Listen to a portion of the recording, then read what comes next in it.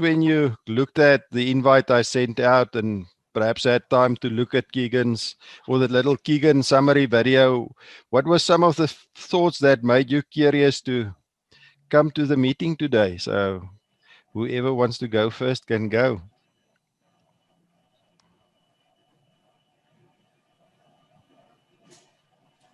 I'm not going to lie, I haven't looked at it yet. So I'm playing catch up right now and downloading. That's But cool. I'm always fascinated by different models and different concepts. So I'm eager to hear what you're going to share and how it's going to be connected to the finance space. Thanks, Mary J. I found it interesting that coming from a Western perspective, postmodernism seems to play catch up with what Ubuntu seems to embody. So yeah, that was just something that struck me. But I've just looked at it very superficially as well. No, that's a deep insight. I didn't think about it that way, but thanks for sharing that. Yeah. I was just curious as to, how that could be implemented in the work that we do as financial planners. And so when I looked at the worksheet, that caught my interest. And it was like a little bit like, oh my word, do I have to now get to that ancient phase 5 to be able to be in a blue color where I can interconnect with so many other people. So, but it was a bit like, okay, that's something I'm used to. But I think it can be, of great value by just being aware of it. Yeah, so I think, Mariette, is most probably one of those things when we started out coaching, we thought we were going to fix our clients. And then the first part of the journey is actually fixing yourself and stays a continuous journey of self-development actually. And then as part of that, one have got something to share with people as you go along. So yeah, I think that's the wonderful world of our coaching that we live in.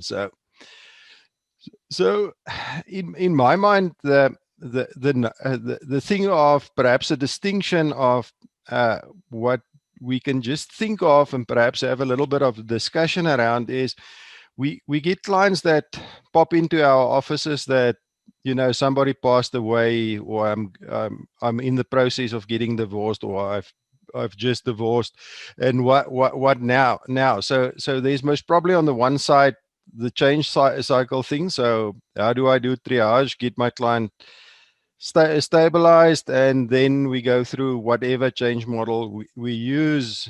The common one, Kepler-Ross's one, where's my client in this change cycle? Denial, anger, bargaining, depression, or acceptance.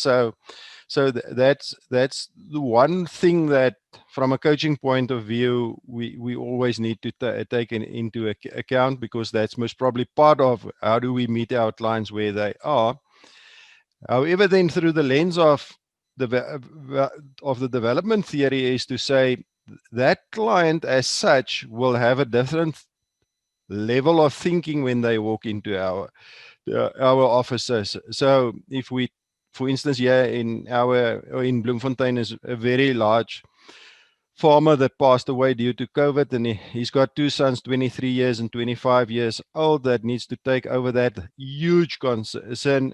They're not clients of mine, but I can just think that's a huge thing that all of a sudden is, and their mother has also got an illness, so she herself was part of the business previously, can't be part of the business, so they must actually look after her also. So the thing is then looking through the lens of Kegan's model, and there's quite a few other similar models. The New Ventures West have got, I think, the 10 ways that they call their model. And then so looking through that is our client's mindset, or Kegan also referred to consciousness, the ability to observe. Then from an ontological coaching perspective is then will be different. So if I'm in that first, or let's say the second stage, it will be very much about, okay, I'm made now, I've got all this money and I can go out and I can go and buy everything that I always wanted, and it's all about myself. Where if that client is then in the second phase, the client will most probably be, so in a thing as I grew up in a house that we build wealth. It's rule bound, and most probably my dad expected me to go and do X, Y, Z, and it will come from that viewpoint. Where the third one will be is, I can see what my dad did, but I want to think about this and I want to do best for the world and what is the right thing to do. So the decisions will come from the person themselves, or innately from themselves. Where, like Mariette referred to the blue man, if you get there, it's most probably will be to say, okay, and there's a farming concern down in Cape Town, which I know, it's one of the longest in one family history that the farm was from one generation to the next generation. I know, for instance, their slogan is, whatever you get, you must build that out for the next generation. So, and to be able to see it that way and observe it that way is, then you'll have to be in the blue box, because that will be about, I've got compassion for the world, I've got compassion for the people, I've got compassion for most probably the family and everybody that's involved. Yeah. And the decisions will come from that viewpoint. That perhaps a little bit of a introduction, just as a distinction from a development theory viewpoint, and yeah, thoughts that came up for and questions perhaps as you were listening.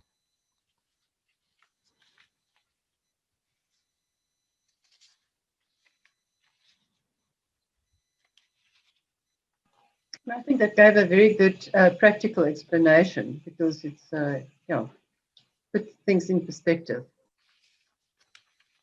Thanks.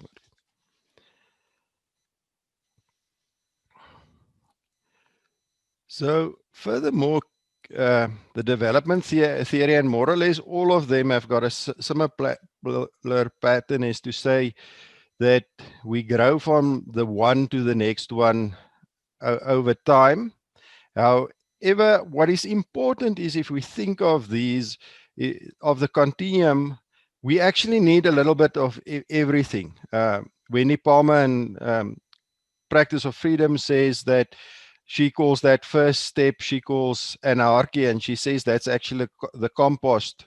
And although compost starts off and not always the nicest place, that's necessary to enable the growth going further. If we then think about the second phase, she calls it ethique, and I like the name of ethique, because thinking of ethique is, that's part where everybody else expects of us to do something. So we create that structure, perhaps the norms, where we come from, our history, etc. We create that structure, and we live and work and see the world from the structure we live in.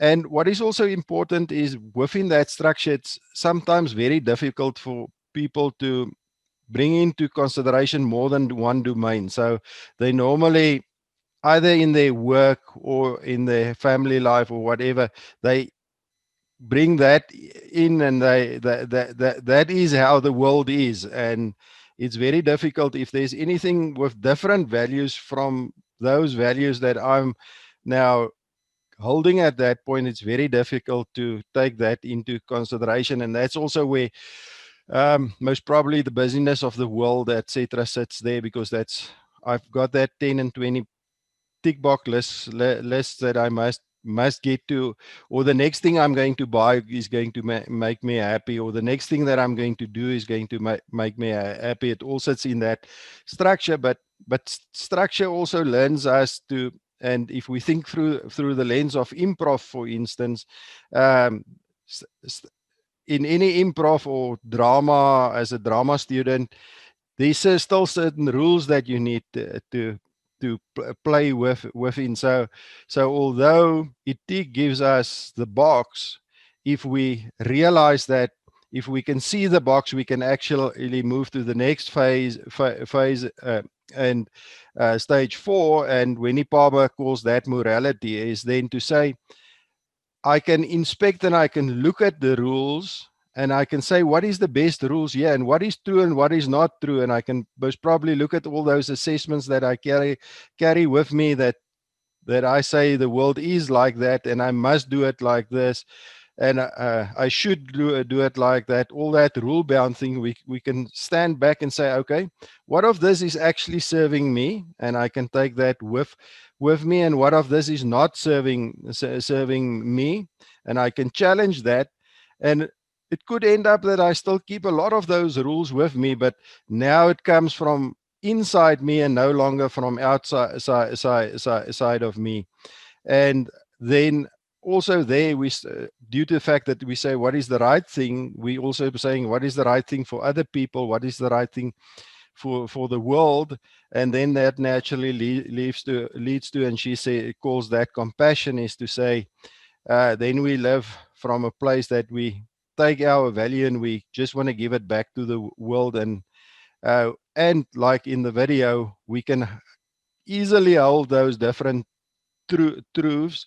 And also perhaps one step back in morality, we also start to be able to see, but I can be a family person and a dad, and I can live in work or have my business, and it could also be that there's some rules that's different in some between those different structures due to the fact that it's different environments, and it don't have to be integrated. And that then forms part of myself also, that when I get to compassion, it's much easier to hold all these and not judge as such. And yeah, so just another view in terms of it. And then what happens is, when we normally under duress or stress, we can digress in the process and go back perhaps to the rules or whatever the case may be. However, it's then much easier due to the fact that we were already there. We can look from there out and see there's another world that we can observe, and there's another world that we can live in. So it's much easier to move up. So it's nearly like a Russian doll, that they fit into each other. However, if you haven't been on the level 4 or level 5, it will be very difficult to look back. And I see it in I that now worked within the banking environment, specifically on the banking side. I saw it was very difficult for somebody that all of a sudden is appointed into a wealth management suite and must talk to people with millions of rands. However, it's their first job. They just come out of university. There's no understanding of and no comprehension for this new world that they need to work in. So, questions, thoughts that come up from your side. Perhaps also a few thoughts on how one can, before we get to the sheet, how one can most probably utilize this in our practices.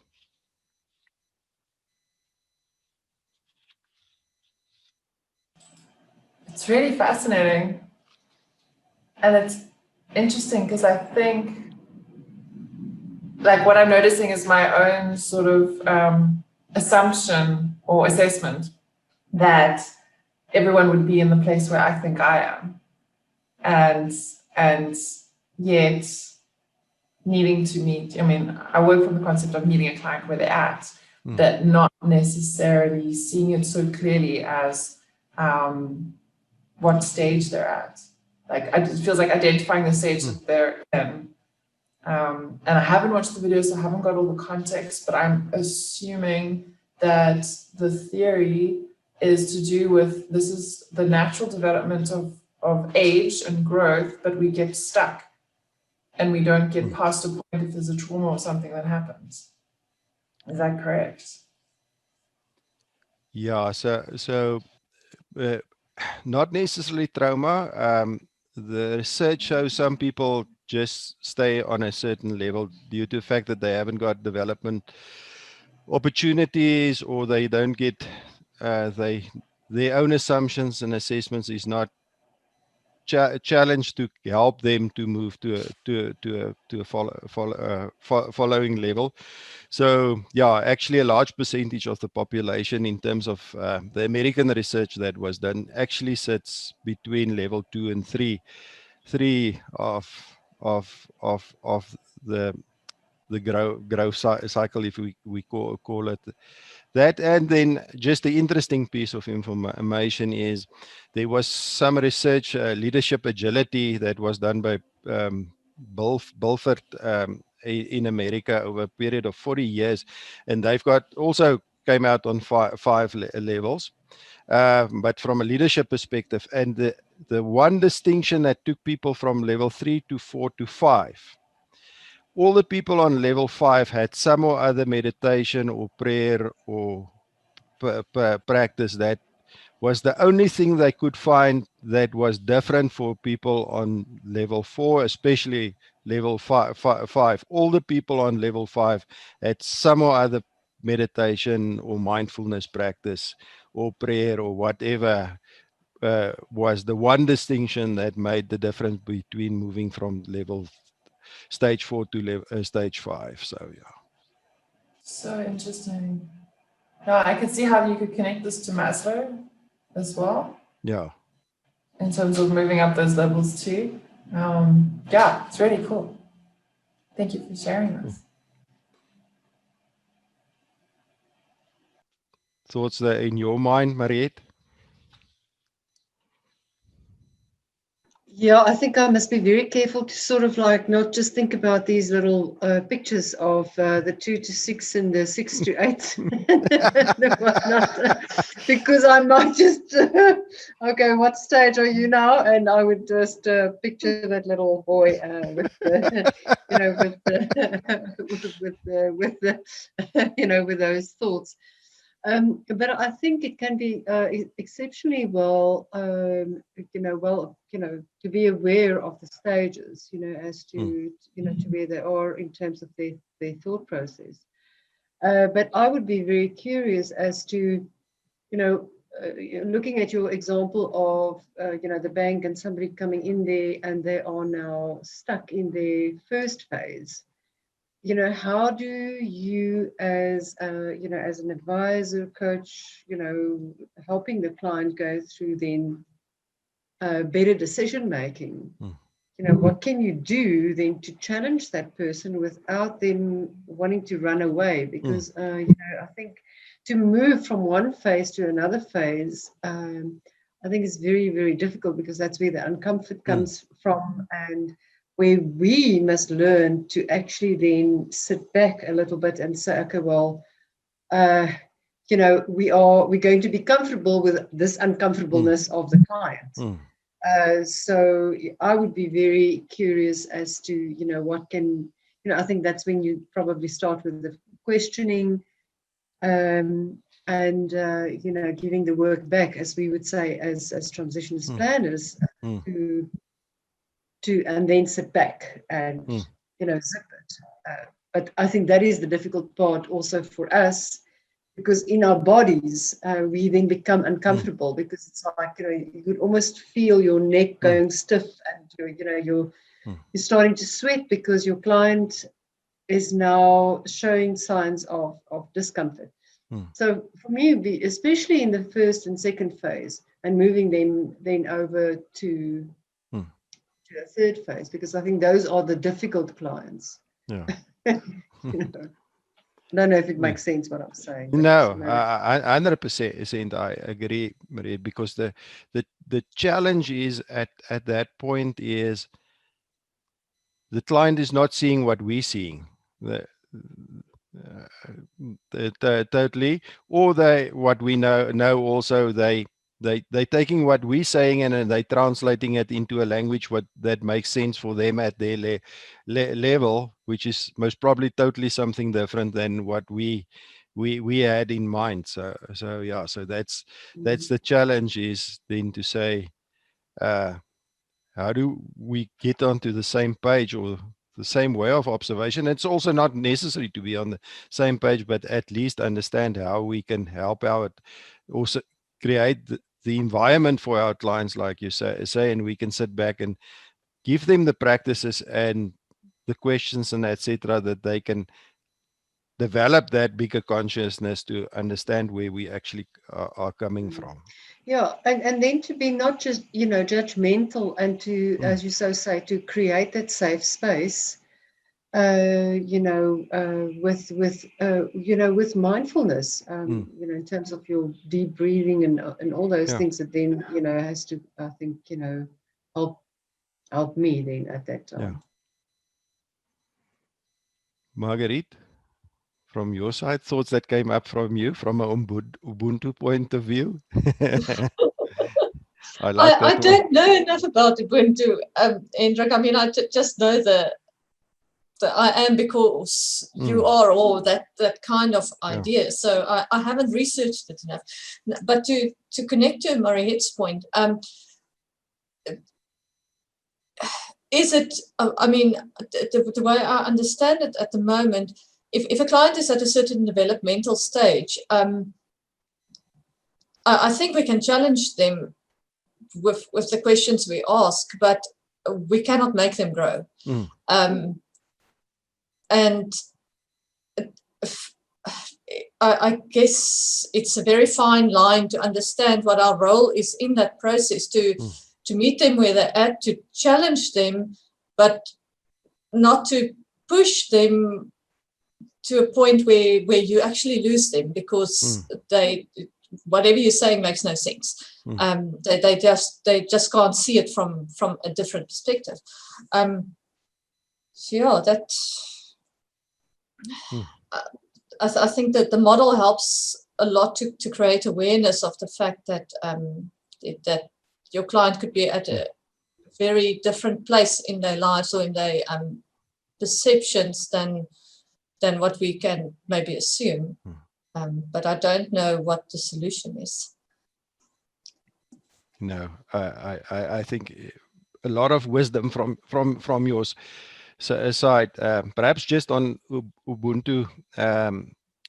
And there's actually, in America, of all places, there's a current movement, and it seems that's already for a few years on the go, which they call it Sawubona leadership, which then refers to the Ubuntu principle. And the person that there was actually a book written about it, which was written by millennials, and actually speaking to, and they call it Sawubona leadership, what we can learn from millennials, which is a very interesting read, because it's a couple that actually wrote the book, and they actually do youth work in the ghettos in the US, and yeah, quite an interesting read from the viewpoint of millennials, which makes total sense. The gist of it is that we, or talk for myself, the Generation X has told the millennials and the Ys that you can do anything that you want in the world. And now if they come and tell us that they want to do anything they want in the world, then we tell them they can't do that. So but the book is also from a coaching point of view, written very nicely, with each chapter has actually a lot of questions and templates, etc. So it's a very nice read. So just on the side. So perhaps if we look then at the and welcome you on. So yeah,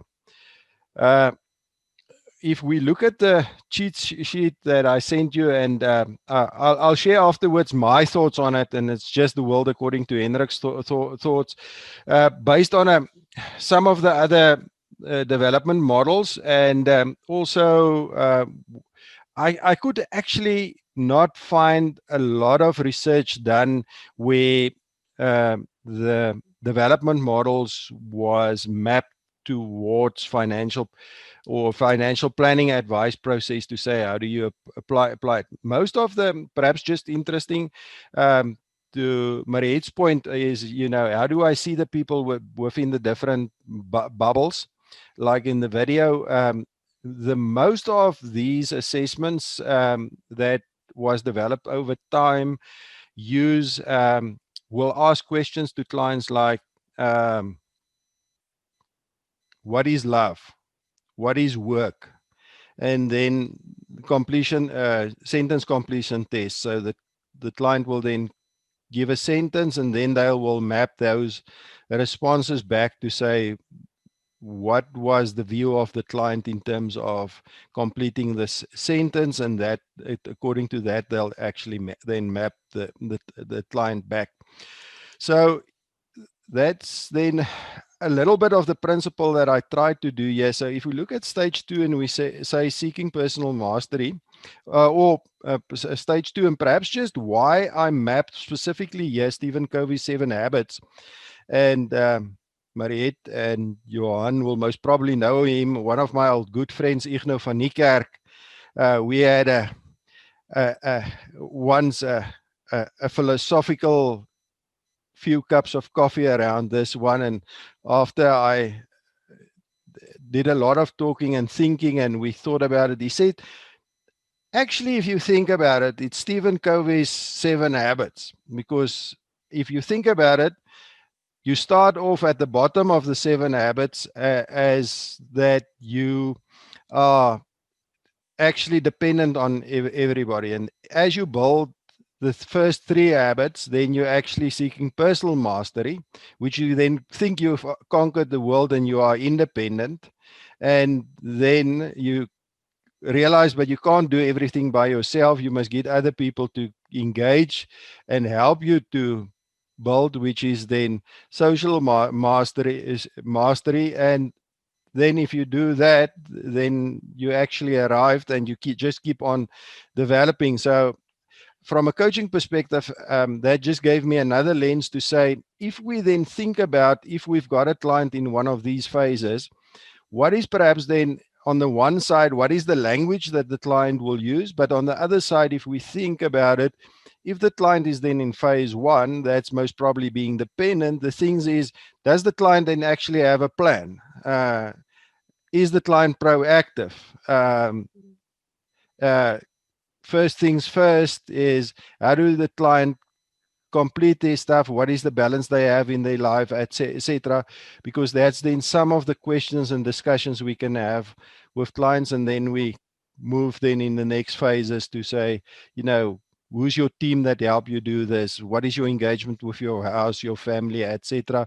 Because that then starts building towards then total mastery, if we can call it that. So that perhaps just a little bit of the matter in the madness that was applied. Yeah. So if we look at stage 2, perhaps, what is, if somebody is in anarchy, if we use Wendy's words, and we look at you just thinking about yourself, you still like a teenager, what would you say? And my first take on this was to say the world is an unsafe place and in flux. I don't know, thoughts that come up from your side just on that one. How will you think? How will somebody, from their observation and through their lens of the world, how will they see the world?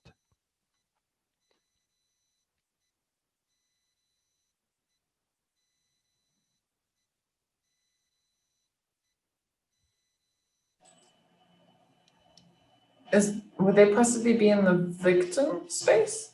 Yeah, I think definitely that's definitely part of that. And very reactive. Yeah. If we then think about, if I'm in the victim space, I'm reactive. What would you say most probably is the role of money for them?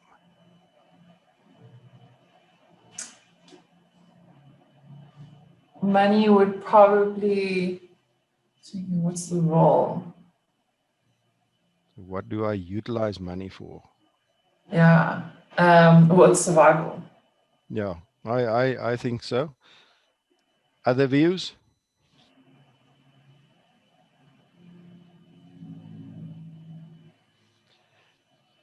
And then if I'm in a survival mode, the next question is most probably, what will my attitude be towards money?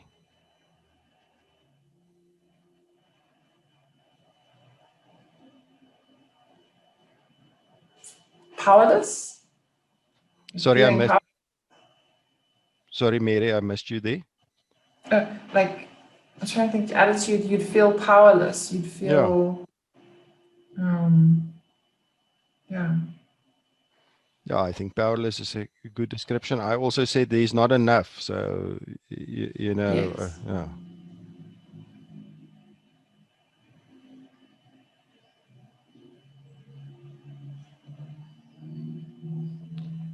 What do you think is perhaps some of the language the client will be using if they in this stage 2 chaos, world is unsafe, I haven't got enough? Yeah, I think that not enough. It'll be them versus me, or everybody else versus me, the world versus me. Yeah. Life is not fair, perhaps. Other people have it all. I was born to struggle. Yeah, I'm not lucky. There are no opportunities. Why me? Yes, yes.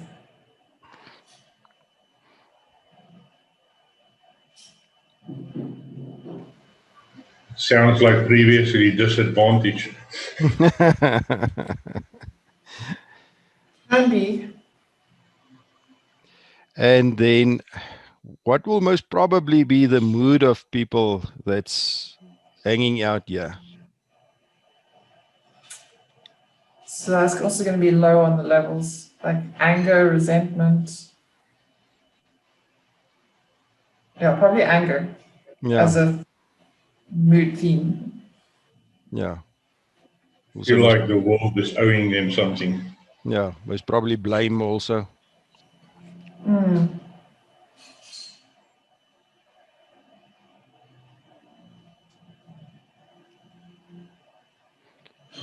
Then if we look at Kegan's description here, and also if we look at Covey here, is being dependent most probably be in the terms of relationships, it's all about me. So there's very little about anything outside of my sphere of influence. What I can get, Yeah. not what I can give. So this second part of the cheat sheet, what I tried to do there was to say is then to Mariette's point is what is then some of the possible interventions from a coaching side that I can think of. And the first part is then to say second order learning. So my way of being. So what is the language that I use, what the client is using, what is the mood that the client have, how do we shift, how can we help to shift that? And then also perhaps what is some of the body things that we can think of, which could be small steps that we can share with the client to build competency. And then the second part is then to say working with the behavior and process and tools, which we now in ontological coaching referred as first order learning, or if we think about the integral financial planning model. So the first part will then be the internal stuff, working with the client, and the external stuff will be the financial planning stuff that we can do with the client. So most probably from a coaching perspective, and I think Mariette and Marguerite referred to that, is we don't want the client is already overwhelmed. So is how do we get stability here, and how it's actually a triage patient we've got. Is we actually just want to stabilize here, and then we can start building competence from here. Will you agree with that? Thoughts that comes up from you all. Anybody thoughts?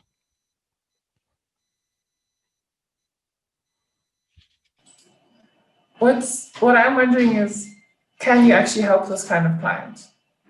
As in, how far can you take them? Or is any kind of intervention literally like a very gentle nudge and then walking away and waiting for them to have that, to work their way through that crisis to the point of wanting help and wanting to change? Because I imagine a client in this space doesn't want to change. They don't, like they possibly, they say they want to, but they probably won't be committed to doing what's needed. So yeah, we refer to somebody that's more or less in a mindset of a teenager. So how do we help teenagers? Lock them in their rooms. Just leave them alone. Yeah, just thinking. You just leave them. Yeah. You can't tell them. Telling doesn't help. Yeah. And they, I think that, it's I think the gently. listening, the listening. Yeah, and listening, and I think trust is also very important, that they feel you are, and I don't mean being in their story, but being with their story. So walking alongside them, that they feel somebody that have got their concerns, and then most probably also putting them in control, let they feel they are in control of the situation. Yeah. I think what you say, I think what you say there is what I would have done. I would have tried to get this person to talk more and to ask the right questions, maybe leading him to understand that, listen, I am the guy that's leading this meeting. And then gradually try to work back your way with asking additional questions.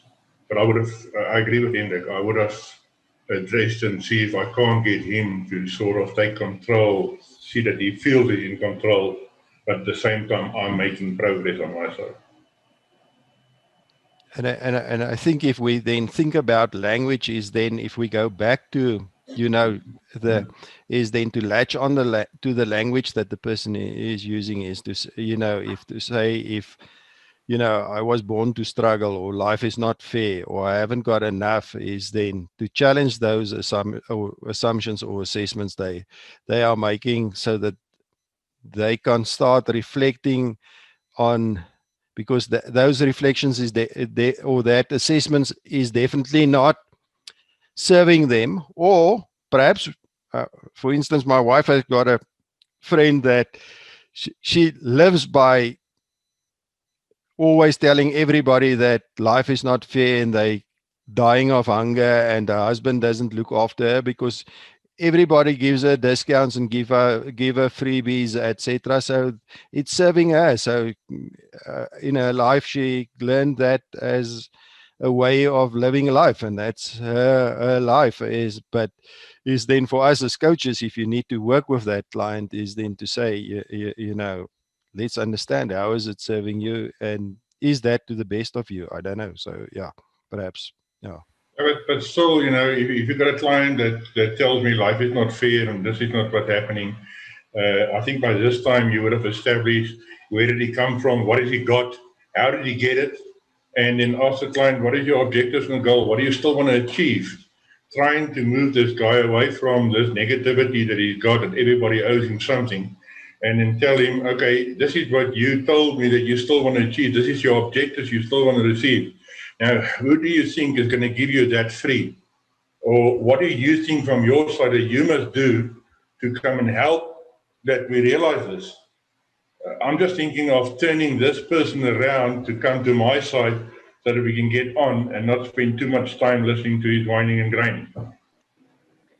I like what you say there, Johan. The one thing, and coming back to the your point, Hendrik, about the triage and using that as a guiding process, is to then to normalize, to help to try and normalize the situation by really talking back to that person and then going over to, okay, so let me help. What is now on your mind? Let's put everything on that mind dump, so that you can then start to prioritize. Okay, let's see what needs to happen right now, as to your point, as to go over to an action list based on what has been going on in their mind, and using then that now, soon and later priority list.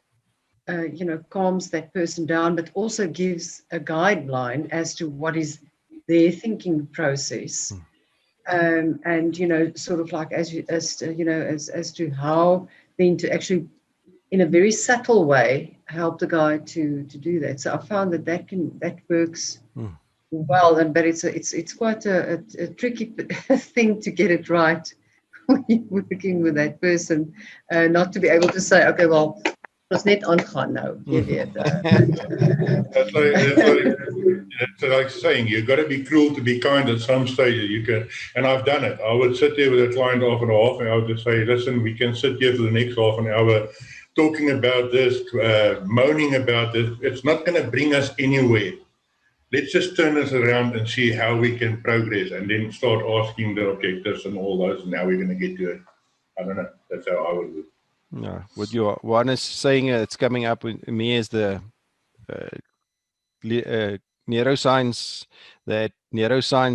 types of conversation model that nearly comes to mind for me is the above the line and below the line. Above the line is vision and process, and below the line is then the drama and stories, etc., and being analytical, analyzing, etc. So if the client, in any case, to Mariette's point, can tell us what the problem is, and I think that's also a little bit of that thing in NLP, towards or away. So the client can tell us everything that is wrong. So, what do you want that's right?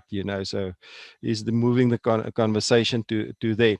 From a body viewpoint, I think the important part is, and that's slowly building towards mindfulness, is most probably a practice that says, we've now worked through this, and we came to agreement, you want to go and do this and this. Stop 3 times a day and just stretch and ground yourself and say to yourself what you make the declaration you just made to me as a coach. Make that declaration to yourself that you can just remind yourself. So just to build that small bits of capacity also in the body, and some small grasshopper push-ups to start building capacity, and and then I think from a tool set or an internal part will most probably be exactly to what Mariette and Johan referred to as, what do you want to achieve? What is important for you? What gives you a future vision? And then the basic things. Let's just sort out your debt, your budget, and get yourself a plan to start thinking about where do you want to go. I think one will most probably not go further than that at this point in time, because the plan, if we think about it, the plan will also because what do we want to get here is they are subject now, they're only seeing themselves, but we want to get them to out of seeing themselves and also seeing seeing perhaps their family and other people that's important for you. Although in the next phase it will be a me and me versus you. So, but if me can become the family, we already won, or whoever is important for this person, because then it's us against the rest of the world, which is a better place than just me. So how do we build that capacity? How do we build a plan that they see more than themselves, and start seeing the opportunities then moving to the next phase? So, and then building from there. So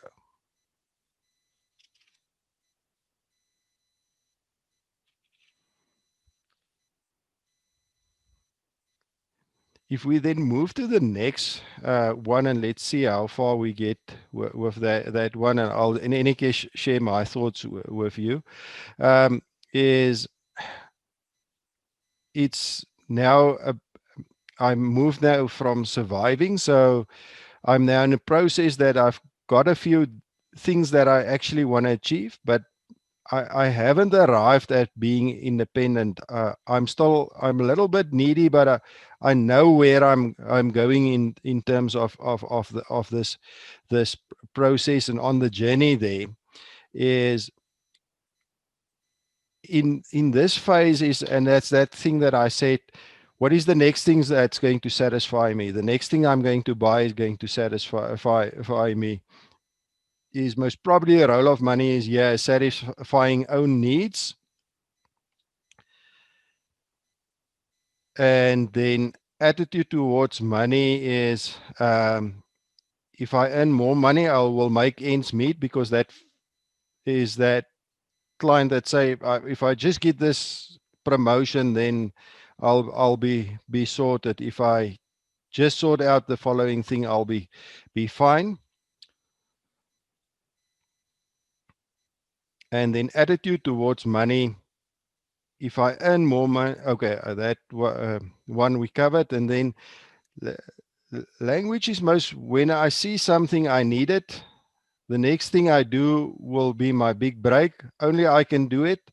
I cannot miss anything. Complaining about life and finances if one has no input into life. And also most probably, yeah, I can buy it because I worked for it. So most probably some of that as language. Yeah, I don't know if you agree with that, or thoughts that come up for you.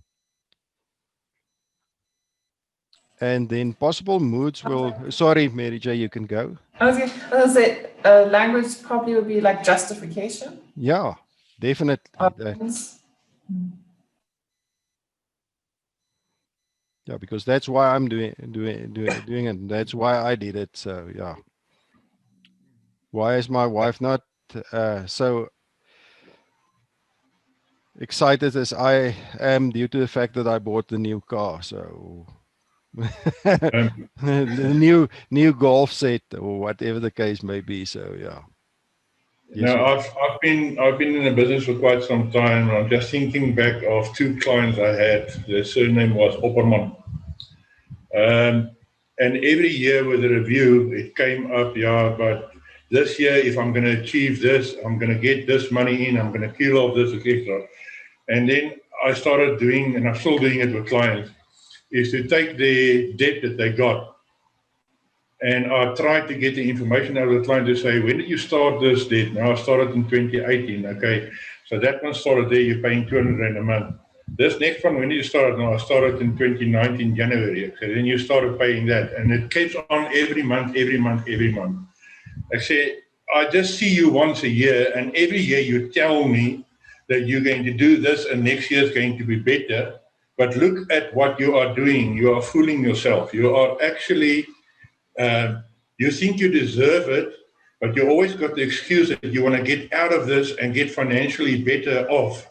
But you're never going to get there. And I prove it to them by showing him this, with this statement that you are making, that when I do this now, I'm going to be fine. I can tell you next year when I'm coming back to you, you would have done something new, you would have bought something new, you are now, affordability is down, etc. So yeah, that's what I experienced. I just use an example. that some clients think that they must buy it, and they always got this illusion in their back head that someday I'm going to do this, and someday I'm going to get there, but they're just fooling themselves.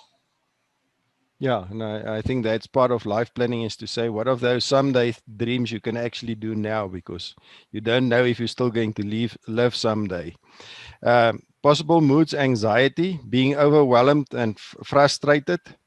And then I think in the era where we live, Alan Sieler referred to this as an industrious busyness. Is those clients, they look if they like just running and running and running. And at the top end, yeah, is most probably also, especially if they got to independence, can be also a mood of arrogance, is that I achieved whatever and I can do with my money what I ever want to do, but it's all about me versus the rest of the world.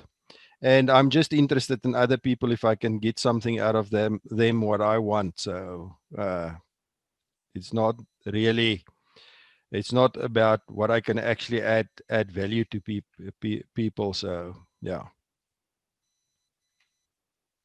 And I think that again give us, from an internal viewpoint, a lot of information that we can work with to actually help the client to grow through to the next level. So I think it's also a bit of a denial from the client side as well. Yeah, from the model, it's definitely the denial, but the denial comes from it. I don't see anything better as this. So that's then part of our job, to help them to see it's not just about me and using people. It's about how do we create Ubuntu.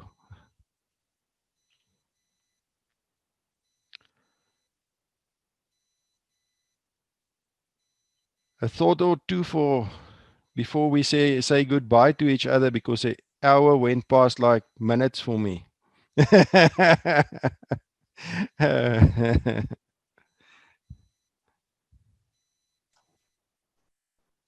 I think you've given us a lot to chew on. Thank you, Hendrik. Thanks, Marguerite. Yeah, I really enjoyed the session, and yeah, lots of thoughts, thought-provoking material here.